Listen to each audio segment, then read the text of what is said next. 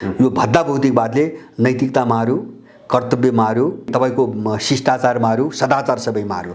अनि के भयो भन्छ भने बाउले छोरी बलात्कार गर्न थाल्यो। यसको लडाईँ गर्न हामी जहाँबाट सुरु गर्छौँ घुम्दै त्यही बिन्दु आइपुग्छौँ हामी। त्योभन्दा बाहिर हामी निस्कै सकेनौँ। यही हो चक्रव्यूह, उनले खडा गरेको चक्रव्यूह यही हो। युवा आओस् कि तपाईँको वृद्ध आओस्, जबसम्म उसको चाहिँ चिन्तन प्रणाली त्यही रहन्छ, जबसम्म उसले बोकेका मूल्य मान्यता, सैद्धान्तिक राजनीतिक मूल्य मान्यता तिनै रहन्छन्, उसले गर्ने त त्यही हो हैन। त्योभन्दा बाहिर त गर्दैन। यिनलाई ढाल्नुको निम्ति अब 1-1.5 वर्षभन्दा बढी लाग्दैन। यिनको कारणले अड्या होइन क्या यिनीहरू, मैले बुझेको यिनको कारणले अड्या होइन कि हाम्रो अस्पष्टताको कारणले विकल्प बनाउँदाखेरि यिनी अड्या, समस्या यहाँबाट आइरहेछ। त्यसैले त्यो विकल्प बन्न दिन यिनको केही पनि लाग्नेवाला छैन। यिनी क्षणभरमै 2-4 महिनामा गडलाम गुडुम ढल्नेवाला छन् यिनीहरू। नेपालको चाहिँ राजनीतिका मैले दुईटा विशेषता देख्छु। एउटा त विश्व व्यवस्थाको एउटा अङ्ग, त्यो थटको एउटा अङ्गको रूपमा त्यसको पतनसँगै यसको पतन पनि सुरु भयो। र दोस्रो हाम्रो चाहिँ तपाईँको विशेषता के हो भन्छ भने सुगौली सन्धिपछि जो चाहिँ विदेशीहरूले एउटा औपनिवेशिकता लादे, राज्य प्रणालीभित्र उनको कब्जा, उनको नियन्त्रण अगाडि बढ्यो र त्यो झाँगिँदै झाँगिँदै झाँगिँदै फैलिँदै गएर जस्तो अहिले आइपुग्दाखेरि देश नै विदेशीहरूले चलाएको हैन। यहाँका सबै दलहरू, यहाँको राज्य प्रणाली जम्मै विदेशीहरूले नै चलाएको जो चाहिँ नाङ्गो चाहिँ तस्बिर बाहिर आयो। दुईटै कोणबाट पनि अब यो चाहिँ विनाशकै चाहिँ चरणमा गयो। किन सुगौली सन्धिको औपनिवेशिकता पनि उत्कर्षमा पुग्यो। अब त्यो चाहिँ ओह्रालो लाग्ने क्रम सुरु भयो, विस्फोटको चरण सुरु भयो। अब विश्वको एउटा अङ्गको रूपमा, यो थटको एउटा अङ्गको रूपमा नेपालमा जुन चाहिँ अभ्यास गरियो, अब त्यो विश्वभरिबाट त्यसको पतनको क्रमसँगै यहाँ पनि त्यसको पतन सुरु भयो। त्यस कारणले मेरो आफ्नो चाहिँ तपाईँको बुझाइ के हो भन्छ भने हामी एउटा ठुलो उथलपुथल, एउटा युगान्तकारी चाहिँको परिवर्तनको मोडमा हामी चाहिँ आइपुगेका छौँ, त्यो आन्तरिक रूपमा र बाह्य रूपमा दुवै कोणबाट। यसले एउटा युग नै चाहिँ तपाईँको समाप्त पार्छ हैन। यो सामान्य चाहिँ सत्ता परिवर्तन अथवा चाहिँ एउटै सोच, एउटै फिलोसफीभित्र सिस्टमहरू हुन्छन् नि, त्यो सिस्टमको परिवर्तन मात्रै होइन कि जुन यिनी सिस्टमहरू जे चिजमा आधारित थिए, जुन दर्शनमा, जुन चिन्तनमा आधारित थिए, अब त्यो सबै जग्गाबाट हल्लियो अब विश्वभरि। त्यस कारणले एउटा ठुलो उथलपुथल र युगान्तकारी परिवर्तनको एउटा मोडमा हामी आइपुगेका छौँ र नेपाल अब त्यो दिशामा गइसकेको छ, अगाडि बढिसकेको छ। र मलाई लाग्छ यो चरण पनि हामीले जो मैले सुगौली सन्धि भने नि 205 वर्षको जो इतिहास हो, यो इतिहास सदाको निम्ति अन्त हुने एउटा प्रक्रियातिर गएको छ। अब यसलाई चाहिँ रोक्न सक्ने तागत चाहिँ उनीहरूसँग छ भन्ने चाहिँ मलाई लाग्दैन। वारपारकी लडाइँ आयो अब हैन, स्थापित शक्ति र त्यसको विरोध गर्दै आएको शक्ति हैन, वारपारको लडाइँको अवस्था आयो। अब त्यसकै एउटा कडी चाहिँ जस्तो रुसको जो कुरो गर्नुभयो, अहिलेसम्म के थियो भन्छ भने भ्याक्सिनमाथि चाहिँ अमेरिकाको एकलौटी एकाधिकार थियो। जस्तो बिल गेट्स फाउन्डेसनले अब तपाईँको भ्याक्सिन उत्पादन गर्थ्यो, उसको एकाधिकार थियो। अब त्यो भ्याक्सिनको नाममा उनले अरबौँ खरबौँ चाहिँ पैसा लुटे, संसारभरिबाट लुटेका मात्र होइनन् कि उनीहरूले एसिया र अफ्रिकाको जनसङ्ख्या नियन्त्रण गर्ने भनेर असाध्यै खतरनाक मान्छेहरू मार्ने भ्याक्सिन उत्पादन पनि गरे र लाखौँ मान्छेहरू पनि मारे, बच्चाहरू पनि मारे। विशेष गरेर बच्चाहरूमा यो प्रयोग भयो। र त्यसकै विरुद्धमा चाहिँ तपाईँको जो जोन एफ केनेडी अमेरिकाको राष्ट्रपति थिए, उनका भाइले अहिले पनि अमेरिकामा बिल गेट्सको विरुद्धमा यही अभियान चलाइरहेछन्। यो मानवताको हत्यारा हो, यसमाथि मुद्दा चलाइनुपर्छ। यसले अफ्रिका र एसियाका देशहरूको नाम लिएर धेरै उदाहरण दिएर यति लाख चाहिँ बच्चाहरूको यसले हत्या गरेको छ। किन त्यो जनसङ्ख्या नियन्त्रण गर्ने अमेरिकी रणनीति अन्तर्गत भनेपछि त्यो एकाधिकार खोसियो। एउटा त्यहाँ उनीहरू विक्षिप्त छन् पश्चिमाहरू, भ्याक्सिन निर्माणको एकाधिकार उनको हातबाट खोसियो, रुसले उत्पादन गर्यो। त्यस कारणले यो मुद्दा उनको निम्ति राजनीतिक मुद्दा बन्यो। जस्तो अहिले अब रुसी भ्याक्सिनमाथि विश्वसनीयता छैन भने प्रचार गरिरहेछन् नि, किन भनिरहेछन् त उनीहरू भने भ्याक्सिन त अब रुसको हातमा गयो, पहिलो देश त रुस भयो। त्यस कारणले अब त्यसले देखाउँछ अब त्यो पनि उनको पतनको एउटा सङ्केत हो। जस्तो भ्याक्सिन निर्माणमा त अर्को देश अगाडि आयो अहिले, माने प्रविधि र जो विज्ञानको विकासमा त उनीभन्दा अगाडि त अरू देशहरू आए। अब एउटा चाहिँ उनलाई त्यहाँ चोट परेको छ। दोस्रो, नेपालमा निःशुल्क सहयोग गर्ने भने जो रुसले भन्यो, रुसी राजदूतले भने, मलाई के छ भन्छ भने जस्तो यहाँको भू राजनीतिमा रुसलाई प्रवेश गर्न नदिनुको निम्ति पश्चिमाहरूको ठुलो शक्ति लागेको छ पहिलेदेखि। र उनीहरूलाई अब चीनसँग चाहिँ तपाईँको आर्थिक र व्यापारिक प्रतिस्पर्धा हो हैन, तर उनको सबभन्दा ठुलो खतरा रुस नै हो हैन हतियार प्राविधिक रूपमा अहिले पनि ठुलो खतरा रुस नै हो र विज्ञानको विकासमा पनि ठुलो समस्या रुस नै हो। त्यसकारणले उनीहरूले आफ्नो प्रभाव भएको ठाउँमा कहीँ पनि रुसको उपस्थिति उनीहरू चाहन्नन् हैन। जहाँ चाहिँ रुस उपस्थित भएको छ त्यहाँ उनीहरू असफल भएका छन्, भागेका छन्। भने उनी सामुन्यमा आउन सक्दैनन्। जस्तो हामीले भेनेजुएला हेरौँ, जस्तो चाहिँ मदुरोलाई अपदस्थ गर्न उनले सडकमा राष्ट्रपति घोषणा गरेका हुन्, रुसले काँध हालेपछि उनीहरू पछाडि भागे। अब खाडीका सबै देशहरू तबाह बनाए तर उनीहरूले सिरियामा सकेनन् हैन, गएर रुस बस्दु सिरियामा सकेनन्। अब तपाईको क्रिमियाको केस पनि हामी देखेका छौँ। अरू देश भए बमबारी गरेर उनले ध्वस्तै बनाउँथे। अब क्रिमिया चाहिँ रुसमा गाभियो, उनीहरू विरोध गरे, त्यतिमै सीमित भए, त्योभन्दा अगाडि बढ्न सकेनन्। अब अहिले जस्तो त्यही इन्डियाकै कुरा पनि गरिरहेका छौँ। जस्तो अब चीनका विरुद्धमा किन युद्ध गराउन सकिरहेको छैन अमेरिकाले त भन्छ भने अब इन्डियनहरूमाथि रुसको ठुलो लगाम छ हैन। त्यो लगामभन्दा बाहिर इन्डिया जान सक्ने अवस्था छैन। र नेपालमा कुरो के हो भन्छ भने मैले भने नि 3 वर्ष अघि मैले रुसी राजदूतको एउटा अन्तर्वार्ता पढेको थिएँ यही नेपालमै। उनले के भनेका थियो, खुला रूपमा असन्तुष्टि कसरी देखायो भन्छ भने हामीले नेपालको हाइड्रोमा लगानी गर्नको निम्ति धेरै प्रस्ताव गऱ्यौँ सरकार समक्ष, हाम्रो रुचि छ हाइड्रोमा लगानी गर्ने, तर नेपाल सरकारले हाम्रो कुरो सुने नसुने गर्यो, कुनै पनि वास्ता गरेन, वर्षौँसम्म कुनै पनि वास्ता गरेन भनेर चाहिँ उनले एउटा अन्तर्वार्ता दिएका मैले पढेको थिएँ। त्यो यथार्थ हो। किन भन्छ भने उनले त सार्वजनिक रूपमा नेपाललाई एउटा चेतावनी दिएर तिम्रो कसैको योजनामा हामीलाई चाहिँ मिनिमाइज गर्न खोजिरहेछौ, उपेक्षा गर्न खोजिरहेछौ कसैको निर्देशनमा भन्न उनले प्रष्ट रूपमा बोलेको हो। त्यो त र अहिले चाहिँ जस्तो एउटा चाहिँ हामीले हेर्ने चिज के हो भन्छ भने भ्याक्सिनको सहयोग निःशुल्क जो दिने भन्यो नि, त्यो अरू देशमा नभनेर नेपालकै लागि किन भन्यो, यही हो महत्त्वपूर्ण प्रश्न। यही हो त्यो के हुन्छ भने नेपालको भूराजनीति जो हामी चर्चा गरिरहेछौँ नि। अब नेपाललाई अमेरिकनहरूले युरोपियनहरूले के बनाउन खोजिरहेछन् त्यो त दशकौँदेखि उनी हेरिरहेछन्। त्यसकारणले अब एकातिर नेपाललाई चाहिँ पुरै समाप्तै पारेर उनीहरूले आफ्नो ठुलो फौजी अड्डामा परिणत गर्न खोजिरहेछन्, त्यो दुनियाँले सबै बुझेको छ। अर्को पाटो के हो भन्छ भने उनले इन्डियालाई प्रयोग गरिकन चीनसँग लडाउन खोजिरहेछन्। यो दुईटै चेक चाहिँ रुसले गर्न खोजिरहेछ। सुन्नुहोस् है, यो क्षेत्रमा अलिकति सम्बन्ध बढाएर अथवा भोलि होला तनाव चर्किँदै गयो भने उसको उपस्थिति कहीँ हुन पनि सक्छ। त्यसकारणले गर्दाखेरि अब इन्डियामा चाहिँ उनको चलखेल पनि नियन्त्रण गर्ने र नेपालभित्र पनि उनको चलखेल नियन्त्रण गर्ने, अब त्यो सोचाइ रुसीहरूको परिदेखिको छ। यो किन छ त भन्छ भने जस्तो विश्वलाई ब्यालेन्समा राख्न, सन्तुलनमा राख्न, र अब त्यो सन्तुलन उनको चाहिँ एकलौटी चाहिँ तपाईँको हुन नदिनुको निम्ति अब त्यो भूमिका त उनले खेल्नै पर्छ। किन भन्छ भने नेपाललाई डिस्टर्ब गरे अथवा इन्डियालाई डिस्टर्ब गरे, यहाँ चाहिँ तपाईँको कुनै क्षेत्रीय स्तरको युद्ध चाहिँ भड्काउन सफल भयो भने त समग्र क्षेत्रको चाहिँ जो इक्विलिब्रियम हो नि, शक्ति सन्तुलन, त्यो त चाहिँ तपाईँको अहिलेको भत्किएर बिग्रेर उनको हातमा जान सक्छ भोलि। जस्तो ताइवानमा त्यो कोसिस गरिरहेछन्। अब हिजो अस्ति मात्रै समाचार आएर 66वटा युद्धक विमानहरू ताइवानलाई अमेरिकाले बेच्ने निर्णय गर्यो। उनीहरू त कहाँनिर युद्ध भड्काउने देखेर भन्नेमा चाहिँ अमेरिकनहरू लागिरहेछन्, युरोपियन लागिरहेछन्। किन भन्छ भने युद्ध भड्काएर चाहिँ हतियारको व्यापार नगर्ने हो भने उनको अर्थतन्त्र अब टेक्ने हालतमा छैन। उत्पादन गरेर प्रतिस्पर्धा गरेर उनीहरू थ्याक्न सक्ने अवस्था छैन। मैले हिजो अस्ति मात्रै एउटा समाचार पढेँ सिएनएनमा, अमेरिकन पत्रिका। 1947 पछि भन्यो 73 वर्ष यता अमेरिकाको जिडिपीमा सबभन्दा डरलाग्दो गिरावट हैन, 32.9 देखायो। 32.9% उसको कुटका हस्त उत्पादनमा तपाईँको गिरावट आएको छ। र योभन्दा अगाडि 10%, 12% भन्दा माथि तल झरेको थिएन। अहिले 32.9 ओह्रालो लाग्दैछ भनेपछि उनको उत्पादन, आन्तरिक उत्पादन यसरी चाहिँ चौपट भएर गयो कि त्यहाँबाट सम्हालिने अवस्थामै उनीहरू छैनन्। अब यही समस्या युरोपमा आयो। युरोपमा आउँदाखेरि चाहिँ तपाईँको अब कसरी मेन्टेन गर्ने, कसरी बाँच्ने भन्ने समस्या त सबैतिर आयो। अनि त्यो चिजले अमेरिकनहरूसँग चाहिँ युरोपियनहरूको चाहिँ द्वन्द्व ल्याइरहेको छ अहिले। जस्तो एउटा द्वन्द्व जस्तो जर्मनीसँग ठुलो जो द्वन्द्व सुरु भएको छ। किन भन्छ भने जर्मनी र केही युरोपियन देशहरूले रुसबाट प्राकृतिक ग्यासको एउटा पाइपलाइन बनाउने एउटा एग्रिमेन्ट गरेका छन्। त्यो 2200 किलोमिटर लामो छ। रुससँग त्यो ग्यास किन्नु हुँदैन। त्यो किन्यो भने चाहिँ तपाईँको रुसको प्रभाव पश्चिमी युरोपमा बढ्छ र उसको अर्थतन्त्र बलियो हुन्छ भनेर अमेरिकाले जर्मनीमाथि नाकाबन्दी लगाइरहेछ, प्रतिबन्ध लगाइरहेछ, धेरै सामानमा प्रतिबन्ध लगाइरहेछ। र जर्मनको चाहिँ पहिलेको चान्सलर गेरार्ड श्रोटको एउटा अन्तर्वार्ता हेरेका थिएँ। अमेरिकासँग अब हाम्रो सम्बन्ध निर्णायक चाहिँ बिन्दुमा पुगिसकेको छ, यस्तो हस्तक्षेप स्वीकार गर्न हुन्न, यो वारपार गर्नै पर्छ भन्ने उनले एउटा अन्तर्वार्ता दिएका छन्। भनेपछि अब यो सङ्कटले उनीहरूमा चाहिँ तपाईँको उनको समीकरण पनि बदल्ने दिशातिर गयो।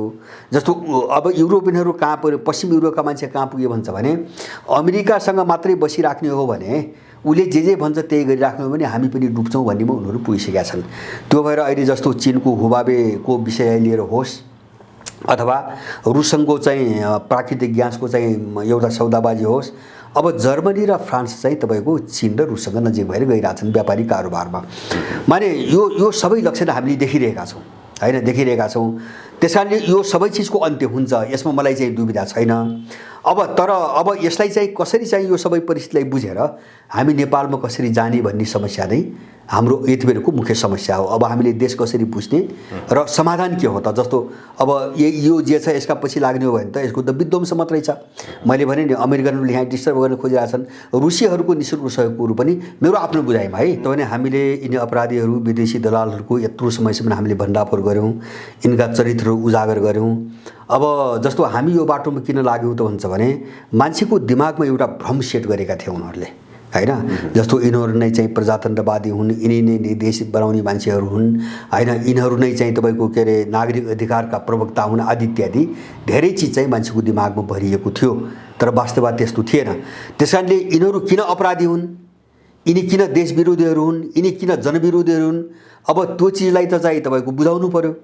त्यो बुझाउनुको निम्ति एउटा चरण चाहिँ यिनको भण्डाफोर र यिनलाई उदाङ्गो पार्ने एउटा चरण हुन्छ। हामी त्यो चरण पुरा गर्नुपर्छ ताकि मान्छेको दिमागमा भएको भ्रम चाहिँ त्यहाँबाट निस्कियोस् हैन। अब अहिले चाहिँ एउटा भ्याकुम छ है, सबैको दिमागमा एउटा भ्याकुम छ, एउटा शून्यता रिक्तताको अवस्था छ। र अब मलाई के लाग्छ भन्छ भने यिनीहरूको भण्डाफोर अब मुद्दाहरूमा यिनका क्रियाकलापहरूमा त सधैँभरि भण्डाफोर भइराख्ला, आलोचना भइराख्ला, तर हाम्रो लडाइँको मुख्य चरण चाहिँ त्यो पार भयो भन्ने लाग्छ मलाई, त्यो पुरा भयो। अब यिनीहरू राम्रा मान्छे हुन् भन्ने चाहिँ तपाईँको भ्रम नेपाली जनता छैन। त्यसैले अब हाम्रो दोस्रो कर्तव्य अब के हो त भन्छ भने हामी बिस्तारै बिस्तारै अब समाधान के हो भन्नेमा जानु पर्यो अब हैन। त्यो एउटा चाहिँ तपाईँको एउटा तार्किक वैचारिक बहसमा पनि जानु पर्यो र त्यो फिल्डमा कार्यक्रममा पनि जानु पर्यो, विकल्प दिएर हामी जानु पर्यो।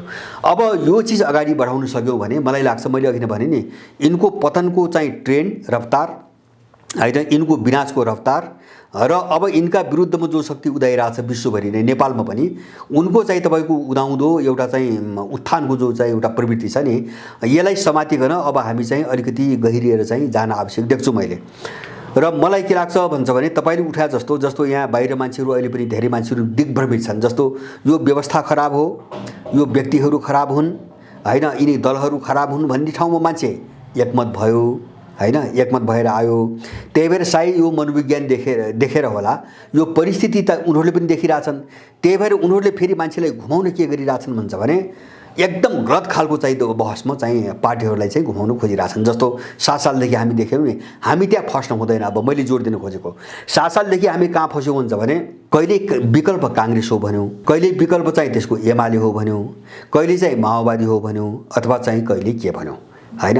अब हामी चाहिँ यही अपराधी र दलाल वृत्तभित्र यसको विकल्प यो हो भन्नेमा गयौँ, हामीले त्यहाँ फसायौँ नि, त्यहाँ घुमाइराखे। तर विकल्प यिनी कोही पनि थिएनन्, समाधानको दिशामा विकल्प यिनी कोही पनि थिएनन्। अब त्यो विकल्प एउटाको सट्टा अर्को विकल्प चाहिँ विदेशीले किन प्रस्तुत गर्न लगायो भन्छ भने त्यो त माने एक ठाउँबाट भट्किएको मान्छेलाई त अर्को ठाउँमा लगेर त तुन्नु पर्यो हैन। त्यो मान्छे ठिक बाटोमा गयो भने त उसलाई त समस्या हुन्छ भोलि। त्यसकारणले चाहिँ तपाईँको उही के अरे तावाबाट उफ्रेको मासु भुङ्रामा भन्छन् नि, हो त्यही हालत भयो हाम्रो। र त्यसलाई नयाँ रूपमा लग्न खोजिएको छ चाहिँ। जस्तो अहिले यो म चाहिँ 2-3 वर्ष यता चाहिँ तपाईँको मैले बहस सुन्छु, जस्तो पुस्ताको बहस, विकल्पको कुरा गर्दा यहाँ पुस्ताको बहस चलाछन्। जस्तो पुरानो पुस्ताले गर्न सकेन नयाँ पुस्ता, त्यो हामीले सुनिरहेछौँ हैन। काङ्ग्रेसभित्र यही बहस छ, एमाले माओभित्र यही बहस छ हैन। अनि चाहिँ तपाईँको जस्तो अब एक चरण यिनीहरूले जातिको चाहिँ तपाईँको बहस गरे हैन, यो जातिले हुँदैन त्यो जातिले हुन्छ, अथवा यसले हुँदैन त्यसले हुन्छ गरे। अब त्यस्तै गरेर चाहिँ अर्को बहस के आछ भन्छ भने दलबाट हुँदैन नागरिक समाज हैन, सडकबाट बन्ने नागरिक समाजहरू।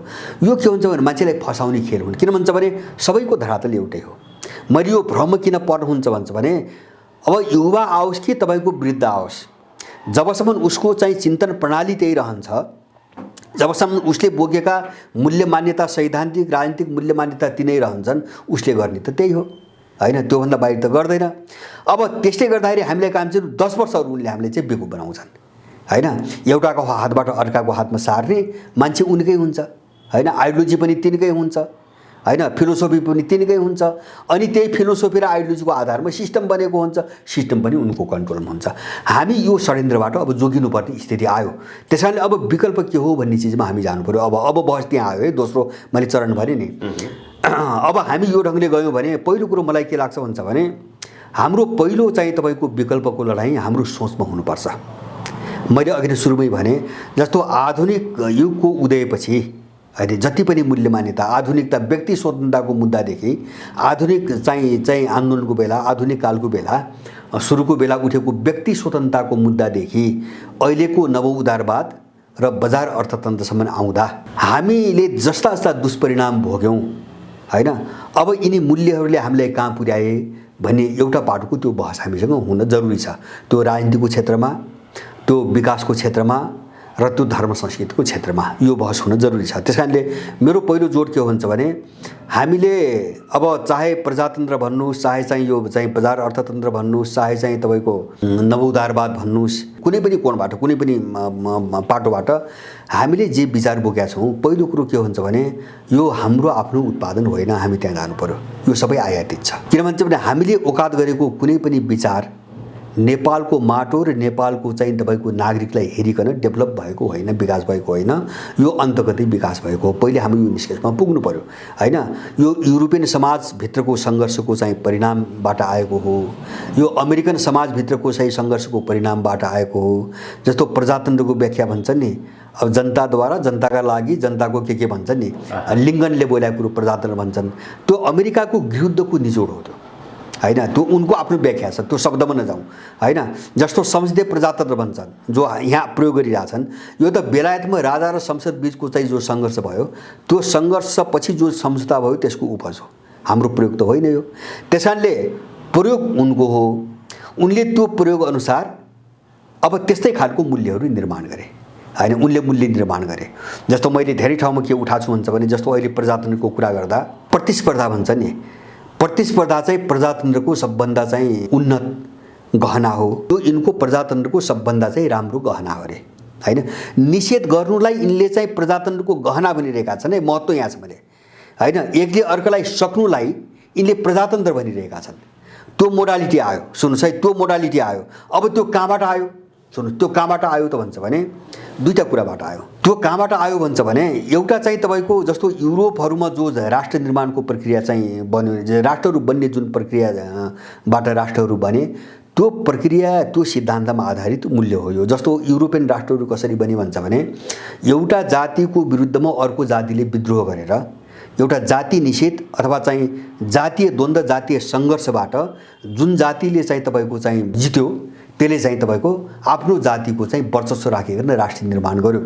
युरोपियनहरूको राष्ट्र निर्माणको धारा त्यो छ र त्यसले चाहिँ तपाईँको पोलिटिकल थटको विकास गर्यो। त्यही अनुसार सुन्नुहोस् है, त्यही अनुसार चाहिँ तपाईँको अर्थतन्त्रको आर्थिक थटको विकास गर्यो। जस्तो चाहिँ मैले पोलिटिक्समा भने प्रतिस्पर्धा निषेध, जस्तो अर्थतन्त्रमा जानुहोस्, बजार अर्थतन्त्र भन्छन् उनको थट, नवउदारवाद है, सुन्नुहोस् है, यो गहिरोसँग बुझ्नुपर्छ। बजार अर्थतन्त्र भनेको के हुन्छ भने कमजोरलाई सक्ने चाहिँ सिद्ध्याउ भनेको हो हैन। जब नवउदारवाद भने के हुन्छ भने सबैले सबैको निम्ति ढोका खोल भने हो। प्रतिस्पर्धा भनेको छ नि उनीहरूले, बजारमा प्रतिस्पर्धा भनेका छन् हैन। अब प्रतिस्पर्धा भने के हो भन्छ भने प्रतिस्पर्धामा त जो ठुलो छ, जो बलियो छ त्यसैले जित्ने हो हैन। तपाईँ चाहिँ के अरे चाहिँ एउटा बलिष्ठ र चुस्त दुरुस्त एउटा चाहिँ कुनै मान्छे र अब एउटा खुट्टा चाहिँ तपाईँको भाँचेको मान्छेलाई रिले दौडमा दौडाएर त खुट्टा भाँटेको मान्छेले त जित्दैन हैन। हामी त कहीँ पनि उनीसँग प्रतिस्पर्धा गर्ने हालतमा छैनौँ। त्यसैले ढोका खोल, प्रतिस्पर्धाको नाममा ढोका खोल भनी ढोका खोल्न लगाउने, यहाँ भएका सबै चिज लुट्ने, यहाँका स्रोत साधन सबै लुट्ने। पश्चिमा सभ्यता भनेकै त्यही हो हैन। प्रजातन्त्रमा निषेध छ, अब विकासमा निषेध छ। किन? उनले त कमजोरहरूलाई सकेर उनीहरू बनेका हुन्। उनको वैभव त दोसाई अफ्रिका, ल्याटिन अमेरिका, एसियाका कमजोर देशहरू छन् जहाँ स्रोत साधन छ, त्यसलाई बर्बाद पारिकन यिनको सम्पत्ति जुटेको हो। आर्थिक क्षेत्रमा त्यहाँ गरे। अब धार्मिक सांस्कृतिक क्षेत्रमा सुन्नुहोस् है, म यो मूल चिज मात्रै सम्झाउँछु। धार्मिक सांस्कृतिक क्षेत्रमा हामी कहाँ पर्यो भन्छ भने अब हाम्रो परम्परामा धर्म भनेको के हो भन्छ भने प्रकृतिले चर अचर अथवा जीव निर्जीव जति पनि तत्त्वहरू चाहिँ सृष्टि गरेको छ र यिनीहरूलाई जे स्वभाव दिएको छ त्यो स्वभाव अनुसारको कर्तव्य निर्वाह गर्नु नै धर्म हो भनेको छ हैन। जस्तो वेदमा पनि त्यही हो, मुन्दुममा पनि त्यही हो, कर्तव्यलाई धर्म भनेको छ हैन। जस्तो अब त्यो सूर्यको धर्म ताप हैन, पानीको धर्म जीवन, चन्द्रमाको धर्म शीतलता हैन, वृक्षहरूको वन वनस्पतिको अथवा चाहिँ धानबालीहरूको चाहिँ तपाईँको धर्म खाद्यान्न उत्पादन, मानिसको धर्म के त भनेपछि अब जस्तो पृथ्वीमान शाहको आउँदाखेरि उनले के भनेका छन् भन्दाखेरि सबैको कुल धर्म, सबैले आफ्नो कुल धर्म मान भनेका छन् नि हैन। आफ्नो कुल परम्परामा चलिआएको कर्तव्यमा चाहिँ प्रतिबद्ध हो भने न हो हैन। उनले त्यही भने धर्म। त्यसलाई हामीले हाम्रो सभ्यताको धर्म भने के हो भन्छ भने तपाईँ मान्छे हुनुहुन्छ, तपाईँले समाज बनाएर बस्नु भएको छ। त्यसकारणले गर्दाखेरि मान्छेलाई सामाजिक मान्छे भनिन्छ। मान्छे मान्छे मात्रै होइन, मान्छे सामाजिक मान्छे हो हैन। समग्र विश्वको कुरा गर्दा अब कुनै एउटा देशभित्र कुरा गर्दा मान्छे नागरिक मान्छे हो, कुनै देशको नागरिकता लिएको हुन्छ। यो सामान्य प्राणी मात्रै होइन। अब समाजभित्र बस्नु भएको छ भने तपाईँको मुख्य धर्म त मानवता हो नि, तपाईँको मूल धर्म मानवता हो हैन। किन तपाईँ सोसाइटी बनाएर बस्नुभएको छ, समाजभित्र बस्नुभएको छ। त्यसकारणले गर्दाखेरि अब अरू सबैको हित कसरी चाहने, सबैको हित कसरी चाहने भने तपाईँको एउटा सामाजिक धर्म भयो। अब परिवारभित्र तपाईँको कुरा गर्दाखेरि छोराछोरीप्रति तपाईँको आफ्नो धर्म छ, छोराछोरीको बाबुआमाप्रति आफ्नो धर्म छ हैन। छिमेकीप्रति अर्को छिमेकीको धर्म छ। कर्तव्य हैन, कसरी चाहिँ सबैको भलाइको, अर्काको पनि भलाइको निम्ति काम गर्ने भन्ने त्यो जो उपदेश दिए अर्ती दिए नि हाम्रो पूर्वीय सभ्यतामा वेदमा त्यही लेखिएको छ, त्यसलाई चाहिँ धर्म भन्यो। अब हामी कहाँ फस्यौँ त भन्छ भने हामी पश्चिमी सभ्यता जब बलवान भएर आयो नि उनीहरूले धर्मलाई रिलिजन भन्छ। सुन्नुहोस् है, रिलिजनको हाम्रो शब्दमा चाहिँ रिलिजनको चाहिँ तपाईँको अर्थ धर्म हुँदैन। अब उनले सुन्नुहोस्, उनले चाहिँ उनको धर्म भन्ने शब्दको उनको अङ्ग्रेजी शब्द छैन। जस्तो मैले जो धर्म भने नि हाम्रो वेदमै भनेको जो व्याख्या भने नि मैले, अब त्यो धर्म भन्ने चिजको चाहिँ तपाईँको अङ्ग्रेजी शब्द उनीहरूसँग छैन। उनले रिलिजनलाई धर्म भने। अब रिलिजनलाई कसरी व्याख्या गरेको छ भन्छ भने जस्तो अहिले अङ्ग्रेजी साहित्यमा सबैभन्दा भरपर्दो शब्दकोश भने अक्सफोर्ड डिक्सनरी तपाईँ हेर्नुहोस्, उसले के भन्छ भने सुपरम्यानको वर्सिप हो, पूजा हो भन्छ। सुपरम्यानको पूजा गर्ने जुन चाहिँ एउटा पद्धति हुन्छ, सम्प्रदाय हुन्छ, त्यो पूजा नै त्यसको धर्म हो भन्छ उसले। मैले यहाँभित्र एउटा शब्द चाहिँ तपाईँको देखाउन खोजेको, त्यहाँ म्यान भन्ने शब्द छ हैन। त्यहाँ म्यान भन्ने शब्द छ। उसले चाहिँ व्यक्तिलाई ईश्वरको रूपमा खडा गरिकन जो सम्प्रदाय बनायो नि त्यो सम्प्रदायलाई उनीहरूले रिलिजन भने, हामीले नबुझेर त्यसलाई धर्म भनी अनुवाद गर्यौँ। हामी त्यहाँ फस्यौँ पहिलो कुरा है। अनि के भयो भन्छ भने जस्तो धर्म जब सनातन हुन्छ, जस्तो तपाईँले के कर्तव्य गर्ने के नगर्ने त्यो कसैले पढाउनु पर्ने कुरा हो र हैन। तपाईँको कर्तव्य त तपाईँ बुझ्नुहुन्छ नि त। एउटा समाजमा आइसकेपछि मेरो ड्युटी के हो हैन, जस्तो परिवारप्रति, समाजप्रति, देशप्रति मेरो ड्युटी के हो, मेरो कर्तव्य के हो त्यो त तपाईँलाई त थाहा छ। यो त हजारौँ वर्षदेखि चल्दै आएको हो। त्यसैले यसलाई सनातन, त्यसैले धर्मलाई सनातन भनिन्छ। धर्मलाई सनातन भन्ने काल के हुन्छ भने यो कर्तव्यको कुरा कसैले कसैलाई सिकाएको होइन, यो अनादि अनन्त छ हैन। न यसको सुरुवात कसैले गर्यो, न त्यो कसैलाई जानकारी छ, न यसको अन्त्य हुन्छ। किन कर्तव्य त कहिले अन्त्य हुँदैन त, त्यो सबै निर्वाह गर्ने चिज हो। अब हामीले सम्प्रदायलाई, रिलिजनलाई जब धर्म भन्यौँ नि हामी कहाँ फस्यौँ त भन्छ भने व्यक्तिको नाममा बनाइएका लेखेका साहित्यहरूलाई हामीले धर्म थाल्यौँ। विभाजन उनले ल्याए, किन उनको सभ्यता त्यही हो। किन उनले व्यक्तिको आधारमा बनेका सम्प्रदायलाई उनले धर्म भने। त्यही कारणले हो हामीले बुझ्न जरुरी छ। जस्तो क्रिस्चियन धर्मको प्रचारको दौरानमा उनीहरूले युरोप, अफ्रिका र तपाईँको ल्याटिन अमेरिकामा उनले झन्डै 8 करोड मान्छेहरूको हत्या गरेका छन्। अहिलेसम्मको भेटिएको तथ्याङ्क है, मैले पढेको पनि झन्डै 8 करोड मान्छेहरू हत्या गरेका छन्। किन त्यो धर्म थिएन, त्यो त एउटा सम्प्रदायमा कन्भर्ट गर्नु थियो मान्छेहरूलाई हैन। क्रिस्चियनिटी भने त येशूको नाममा बनेको त त्यो एउटा सम्प्रदाय हो, त्यो त धर्म त होइन। अब त्यो सम्प्रदायमा मान्छेलाई ढाल्नुको निम्ति उनले बर्बरताको सहारा लिए। अब त्यो असर यहाँ के आयो त भन्छ भने जस्तो यहाँ थिएन। तपाईँ चाहिँ जस्तो यो पश्चिमी सभ्यताको असर हुनुभन्दा अगाडि हेर्नुहोस्, यहाँ चाहिँ इभन त्यही इन्डियामै हेर्नुहोस्, धेरै टाढा जानु पर्दैन। नेपाल त धेरै अब थिएन, अब धेरै पछिको कुरा भयो। इन्डियामा तपाईँको जब त सङ्गठन भने सुन्नुहोस् है, जब धर्मको नाममा जब चाहिँ सम्प्रदायलाई धर्म बनाइन्छ तब त्यसको नाममा सङ्गठन बन्छ सुन्नुहोस् है, सङ्गठन। अनि धर्मको नाममा सङ्गठन बन्न थाले। तपाईँले आफ्नो कर्तव्य निर्वाह गर्न सङ्गठन बनाउनु पर्छ हैन। मेरो के धर्म हो, मैले के काम गर्नुपर्छ भन्ने कुरा गर्नुको निम्ति तपाईँले सङ्गठन बनाउनुपर्छ। सङ्गठन त त्यहाँ बढ्छ, सम्प्रदाय त्यहाँ बन्छ जब मान्छे धर्मबाट च्युत हुन्छ। त्यहाँबाट पतन भएपछि एउटा ग्याङ सम्प्रदाय बनाएर अब धन्दा गर्नु पर्यो, राजनीतिक आर्थिक अथवा सामाजिक जे हो नि पेसा गर्नु पर्यो। त्यो पेसाको निम्ति मान्छे एउटा समूहमा चाहिँ सङ्गठित हुन्छ। किन सङ्गठन बन्छ त भन्छ भने अब त्यहाँ सङ्गठन जब बन्यो तपाईँले बुझ्ने के हुन्छ भने त्यो कसैको विरोधको निम्ति बन्यो। यदि कसैको विरोध गर्नु छ भने सङ्गठन किन, कसैको विरोध गर्नु छैन भने सङ्गठन किन।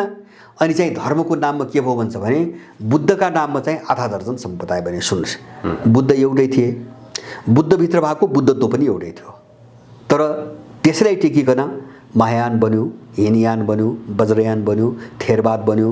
हुँदा अहिले त इन्डियामा अम्बेडकरवादीहरू हैन, अब अम्बेडकर नवयानले यिनले चाहिँ पहिले विकास भएका केही पनि नमान्ने, यिनीहरू नवयानवादी।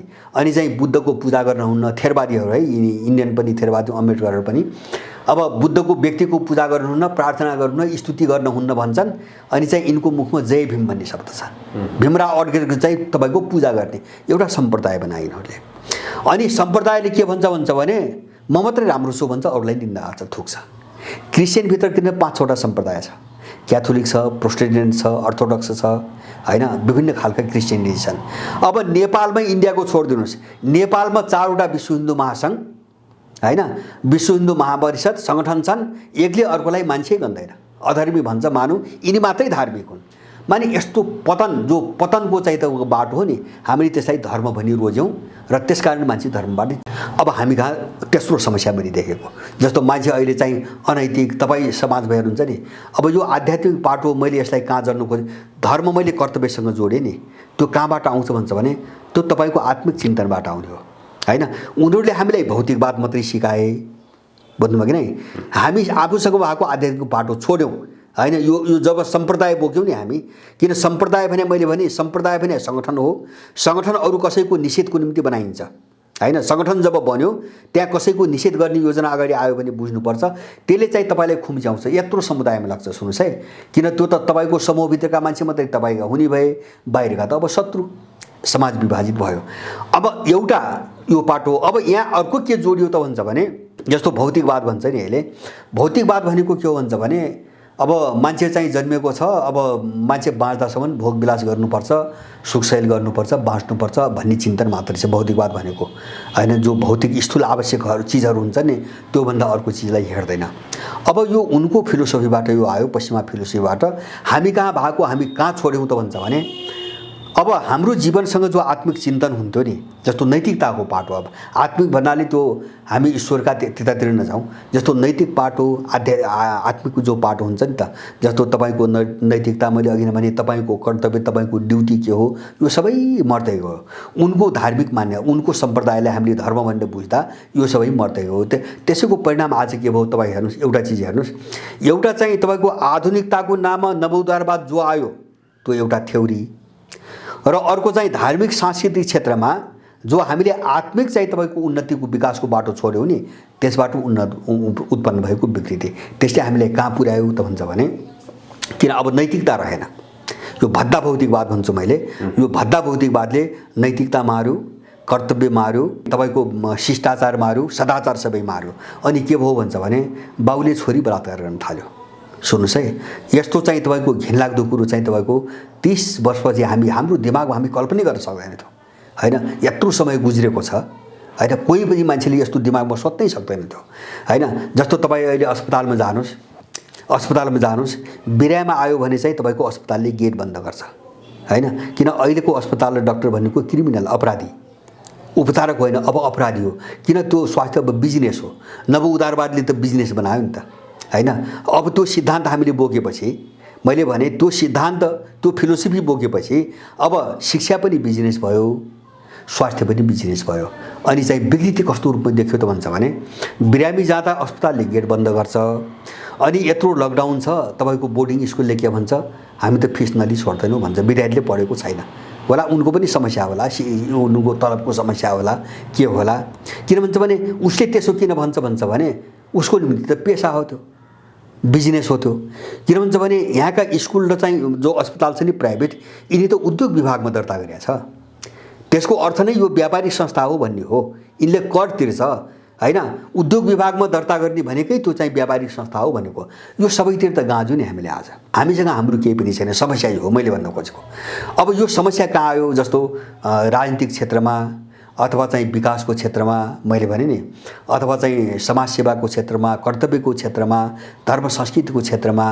अब यो विकृति कहाँबाट आयो भन्छ भने जब हामीले उनीहरूको सभ्यताको त्यो फिलोसफी बोक्यौँ नि, सबै समस्या त्यहाँबाट आयो। त्यसकारणले गर्दाखेरि हामी यो चाहिँ चिज करेक्सन गर्ने कि नगर्ने, पहिलो प्रश्न यो हो।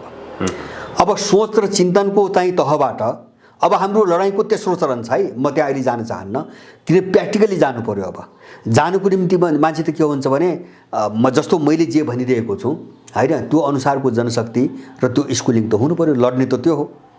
अनि त्यसपछि बल्ल एक्सनको कुरा हुन्छ, बल्ल त्यसपछि कार्यक्रमको कुरा हुन्छ। किन भन्छ भने तपाईले जे बोल्नुहुन्छ त्यो काम गर्न त्यसको लायकको मान्छे त हुनु पर्यो हैन। जस्तो चाहिँ हामीले भनिरहेको कुरा त अहिलेको मान्छेले त गर्दैन, यो स्कुलिङमा हुर्केको मान्छेले त गर्दैन हैन। जस्तो अहिले कति चाहिँ डाक्टरलाई तपाईँ अथवा कति त्यहाँ लगानी गर्नेलाई मान्छे मनाउन सक्नुहुन्छ। मलाई लाग्छ 1% मान्छेलाई तपाईँ मनाउन सक्नुहुन्न कि चाहिँ यस्तो आपद विपद परेको बेला कुनै रोगीलाई, असहायहरूलाई हामीले सहयोग गर्नुपर्छ भन्ने हिसाबले जानुभयो भने तपाईँ मनाउन सक्नुहुन्न उनीहरूलाई हैन। यहाँ धेरै अस्पताल मैले यस्तो देखेको छु, तपाईको मरेको मान्छे चाहिँ हप्तौँसम्म चाहिँ के अरे चाहिँ त्यो आइसियुमा राखेर लाखौँ रुपियाँ असुल हुन्छ। यहाँ प्राइभेट अस्पतालमा मरेको लास राखेर हेर्न दिँदैन, मर्या छ, अक्सिजन दिन्छ, सास फेरि जस्तो देखाउँछ, अनि चाहिँ तपाईँको चाहिँ 10 दिनसम्म राख्छ र अब त्यसको खर्च चाहिँ तपाईँको 15-17 लाख रुपियाँ तपाईँको असुल छ। धेरै अस्पतालको यो कुरो बाहिर आएको छ भने मान्छे पूर्ण रूपमा अपराधी भयो। यो केले अपराधी गरायो त भन्छ भने मान्छेलाई त्यो फिलोसफीले गरायो। सुन्नुहोस् है, सोच्ने चिन्तन गर्ने पद्धतिले गरायो हैन। अनि त्यो चिन्तन गर्ने पद्धतिमा चाहिँ आधारित जो आइडियोलोजी हो हैन, जसलाई मैले पश्चिमा आइडियोलोजी, नवोदारवाद, विशेष गरेर आधुनिकतावादको नाममा यो पछिल्लो कालमा चाहिँ शाब्दिक रूपमा अभिव्यक्त गरेको नवोदारवाद हैन, त्यो भित्र राजनीतिभित्र पनि पर्यो। मैले भने नि राजनीतिभित्र के पर्यो त भन्छ भने जस्तो अहिले चाहिँ पैसा लिइकन चाहिँ तपाईँको माफियाहरूलाई टिकट बाँडिन्छ नि, हो त्यही हो नवोदारवाद भनेको, त्यही हो हैन। पैसा हुनेले गर हैन। जस्तो सार्वजनिक लगानीमा चाहिँ सबै चाहिँ कमजोर देशलाई रोक्दै नि पश्चिमाहरूले, जनताको निम्ति पैसा खर्च लगानी नगर। स्वास्थ्यको निजीकरण त्यहीँबाट आयो, शिक्षाको निजीकरण त्यहीँबाट आयो हैन। त्यही उनको सिस्टम फिलोसफी बोकेपछि आयो हैन। अनि चाहिँ मैले धर्म संस्कृतिको कुरा गरेँ। अब उनीहरूले चारैतिर चाहिँ के गरे भन्छ भने सिङ्गो मान्छेलाई अपराधी बनाइदियो, अपराधीकरण गरे। हो त्यो अपराधीकरणको गर्ने जो प्रक्रिया थियो नि, प्रोसेस त लामो समयदेखि आयो हैन, अहिले सुरु भएको त होइन यो हो। त्यो चाहिँ अब अहिले आएर चाहिँ उनीहरूभित्र पनि जो सङ्कट बल्झ्यो नि, अब यो चाहिँ विस्फोटको चरणमा प्रवेश गर्यो। सुन्नुहोस् है, विस्फोटको चरणमा प्रवेश गरिसकेपछि अब हाम्रो बहस कहाँ जानु पर्यो त भन्छ भने जग्गैमा समस्या कहाँ छ भन्नेमा जानु पर्यो। जस्तो मेरो भनाइ कुनै पात्र छ, हामी गाली गरिरहेका छौँ, केपी ओली छन्। अहिले केपी ओलीलाई चलाउने उनको पार्टी छ, एउटा पार्टीभित्र छन्। सुन्नुहोस् है, हामीले बुझ्न अब त्यो पार्टीलाई चाहिँ सञ्चालन गर्ने उनको थ्योरी र एउटा फिलोसफी छ, बुझ्नु कि नै। अब त्यो थ्योरी र फिलोसफी ठ्याक्कै पश्चिमाहरूसँग फिलोसफीसँग जोडिएको छ हैन। अनि त्यही फिलोसफीले, त्यही थ्योरीले यो सिस्टमको विकास गरेको छ हैन। जस्तो यहाँ भ्रष्टाचार भन्छ नि मान्छे, जस्तो अहिले चाहिँ यिनलाई फालेर भ्रष्टाचारमा सडकमा विरोध गर्ने मान्छेले भ्रष्टाचार रोकिन्छ। यो हास्यास्पद हावादारी हो, यो मान्छेलाई धोका दिने मान्छेहरू हुन्। किन भन्छ भने त्यो भ्रष्टाचार रोक्नुको निम्ति त्यो मान्छे नवोदारवादको विरुद्धमा जान्छ कि जान्न, मेरो कुरो त्यहाँ छ। त्यो फिलोसफी बोक्ने सक्नेले कमजोरलाई सिद्ध्याउ हैन। इकोनोमी पनि त्यही हो, मैले भने बजार अर्थतन्त्र भनेको त्यही हो हैन। अब के अरे शासन प्रणालीमा चाहिँ तपाईँको कुरो त्यही हो, फिलोसफी त्यही बोक्ने अनि भ्रष्टाचार नियन्त्रण गर्छु भन्ने, यो त उनले खडा गरेका मान्छे हुन्। किन अहिलेका एक्सपोज भएका भ्रष्टाचारीहरूबाट मान्छे फुत्कियो भने फेरि कहाँ लगेर ढडियामा फसाउने, त्यो उनले चाहिँ राखेका छन् ढडिया ठाउँ ठाउँ, 2-4वटा 5-7वटा ढडिया थापेका छन्। त्यसैले मेरो भनाइ के हुन्छ भने यी मान्छेहरू आधुनिकतावाद र नवोदारवादको नाममा जे विकृति आयो नि हैन, यसलाई परित्याग गर्न तयार छन् कि छैनन्, र देशलाई, मान्छेलाई र समाजलाई एउटा नयाँ कोणबाट, नयाँ सिराबाट र वास्तविक सिराबाट हाम्रो जो सभ्यता हो, हाम्रो जो परम्परा हो, त्यो कोणबाट सोच्न तयार छ कि छैनन् हैन। मेरो बहस त्यहाँ हो सबैसँग। अब यदि त्यो बाटोमा गइँदैन भने यो सब बेकार हो। यो हामी कहाँ पुग्छौँ भन्छ भने मैले सुरुमै भने काङ्ग्रेसको विकल्प खोज एमाले, एमालेको विकल्प खोज माओवादी, माओवादीको विकल्प खोज राप्रपा, राप्रपाको विकल्प खोज के अरे मधेसवादी अथवा त्यसको विकल्प खोज्छ अर्को। हामी त्यसरी घुमिराख्ने भयो। उनले एउटा सर्कल बनाइरहेको छ गोलचक्कर। हामी जहाँबाट सुरु गर्छौँ नि हिँड्न, यसको लडाइँ गर्न हामी जहाँबाट सुरु गर्छौँ घुम्दै त्यही बिन्दु आइपुग्छौँ हामी। त्योभन्दा बाहिर हामी निस्कनै सकेनौँ। यही हो चक्रव्यूह, उनले खडा गरेको चक्रव्यूह यही हो। यो चक्रव्यूह तोड्ने कि नतोड्ने अब दोस्रो चरणको लडाइँ यहाँ हो। यहाँ चाहिँ अलिकति घनीभूत ढङ्गले छलफल हुनुपर्छ भन्ने चाहिँ मेरो चाहिँ आफ्नो राय छ। यदि हाम्रो यो बाटोमा जाँदैनौँ भने यो सब बेकार छ। त्यहाँ अब नेपालको सन्दर्भमा कङ्क्रिट कुरा गर्दा मैले चाहिँ बारम्बार उठाएको छु, हाम्रा मुद्दा तीनटा छन् मूल समस्या। यो सबै चिजलाई समेट्ने हाम्रा मूलभूत रूपमा तीनटा मुद्दाहरू छन् समस्या। एउटा चाहिँ सुगौली सन्धिले सिर्जना गरेको समस्या जो गुलामीको समस्या हो हैन, वैदेशिक गुलामीको समस्या हो।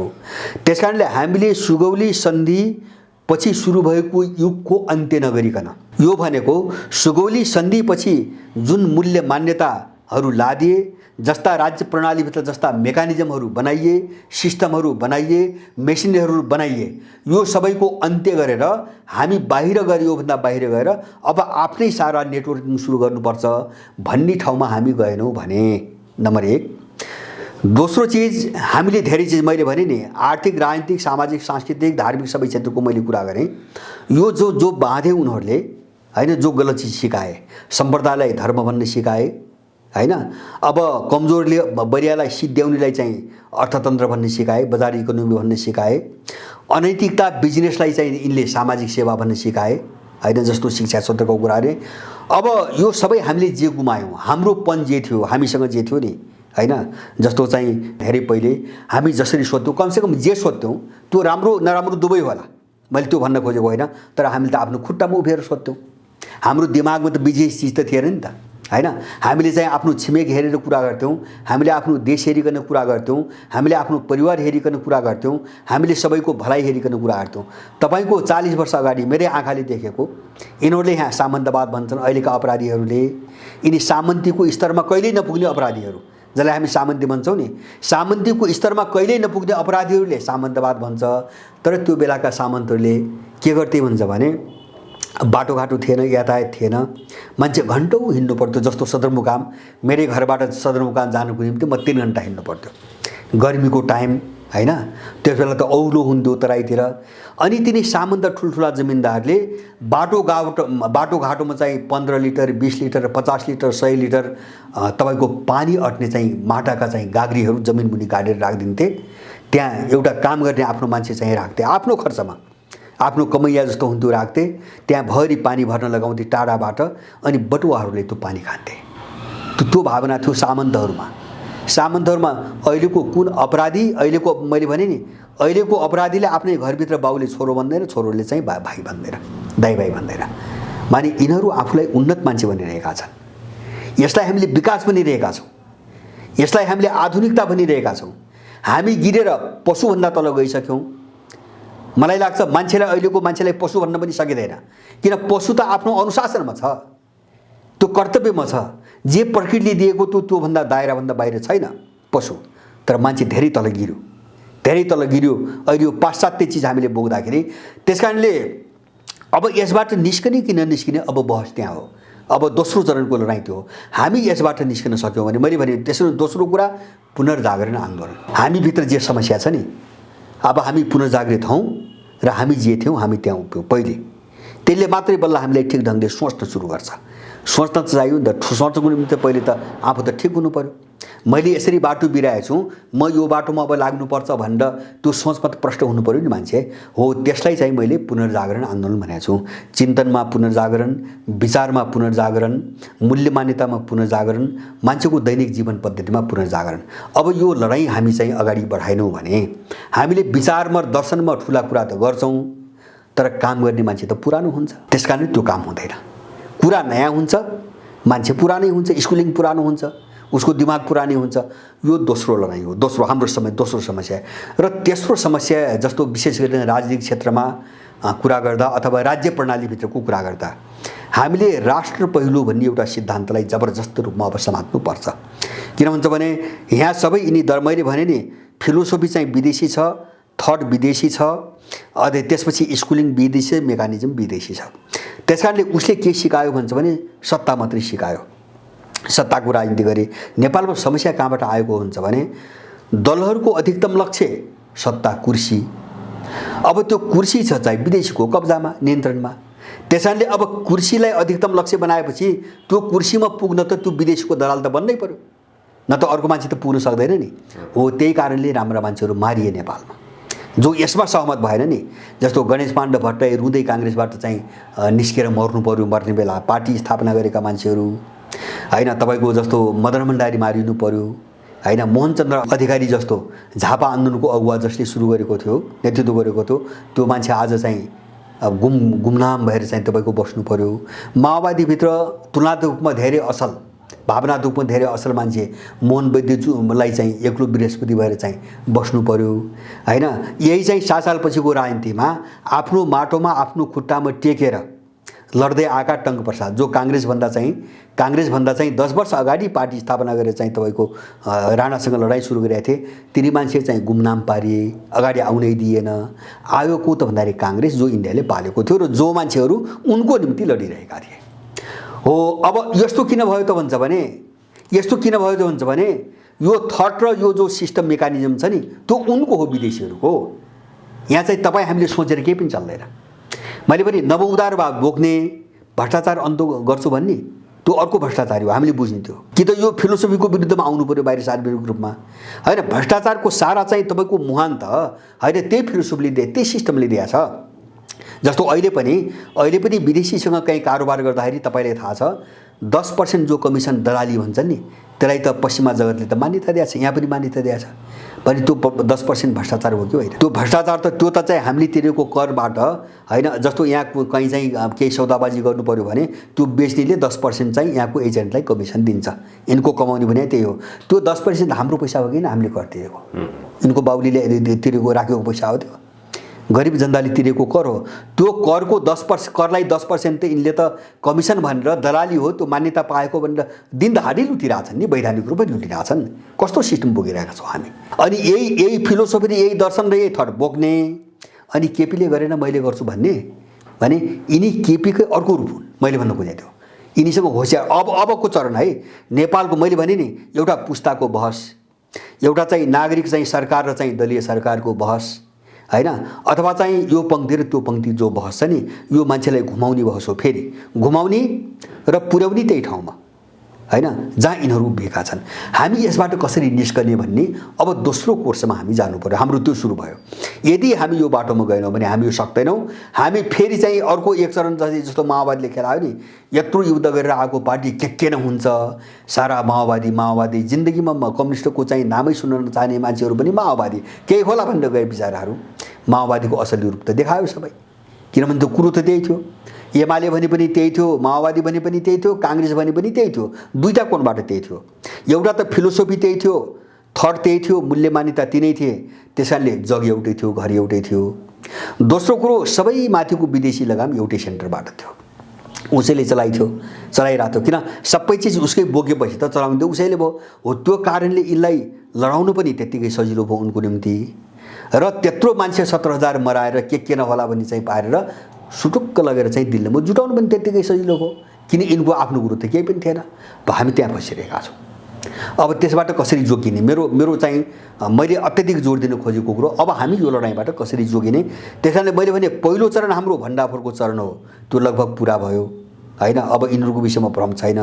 अब दोस्रो लडाइँ चाहिँ हाम्रो थट र हाम्रो स्कुलिङमा हुनुपर्छ हैन।